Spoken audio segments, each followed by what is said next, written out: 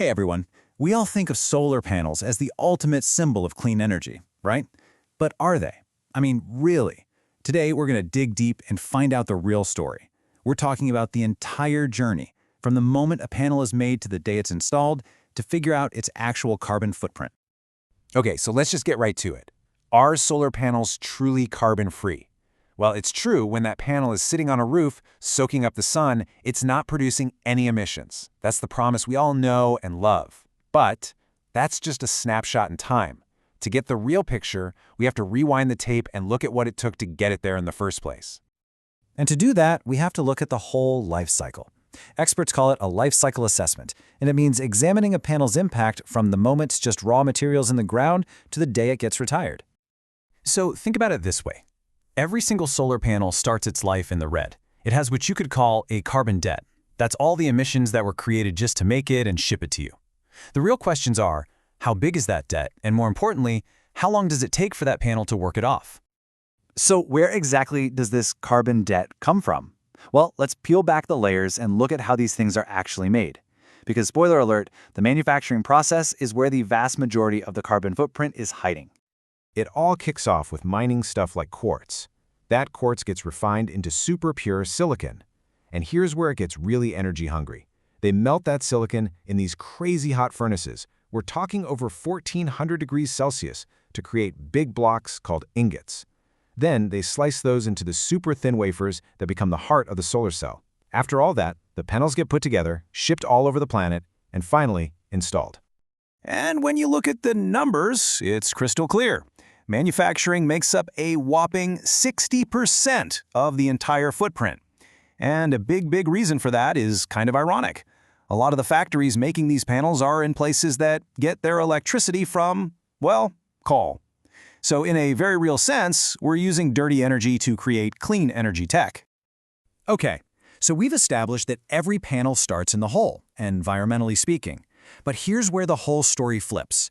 The second that panel gets installed and starts working, it begins paying back that debt. And this is where solar really starts to shine, literally and figuratively. The key idea here is something called the carbon payback period. It's pretty simple. It's the amount of time that panel has to run to produce enough clean energy to completely cancel out all the emissions it took to make it. So take a guess. How long do you think that is? 5 years? 10 years? Get this. The answer is, on average, just 1 to 3 years. That's it. It's actually pretty amazing. After that short little payback window, every single bit of energy it produces for the next 20 or 30 years is genuinely clean.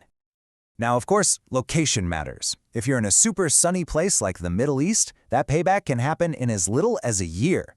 If you're somewhere cloudier, say Northern Europe, it might take closer to 3, but you get the point. Either way, that debt gets wiped out super fast. And this is really the whole game, right? These panels are designed to last for 25, even 30 years.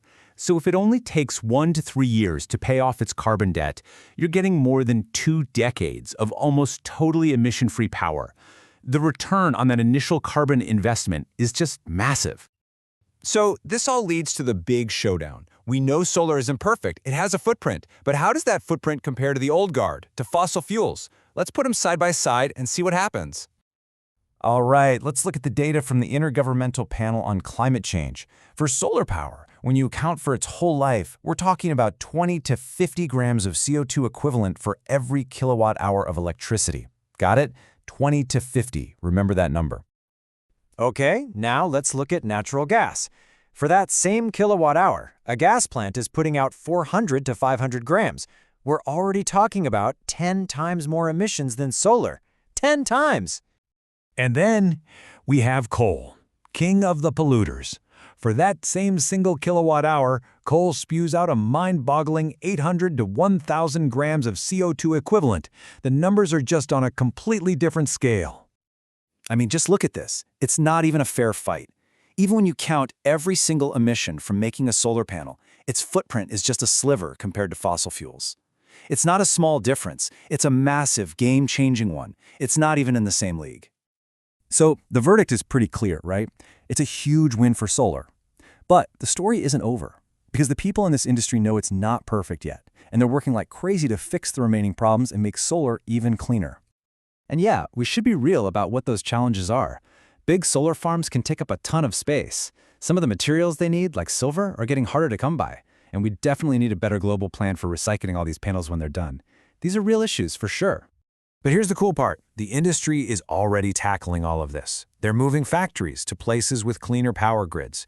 They're figuring out how to make panels with less and less material. And they're getting recycling tech to the point where they can recover over 95% of the good stuff inside. The goal is simple. Make that starting carbon debt smaller and smaller with every new panel that comes off the line. So, when you boil it all down, what's the big takeaway?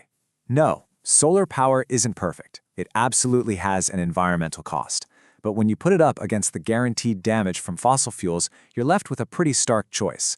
And it makes you wonder, in this race against time, can we really afford to wait for a perfect solution when we have a really, really good one right in front of us?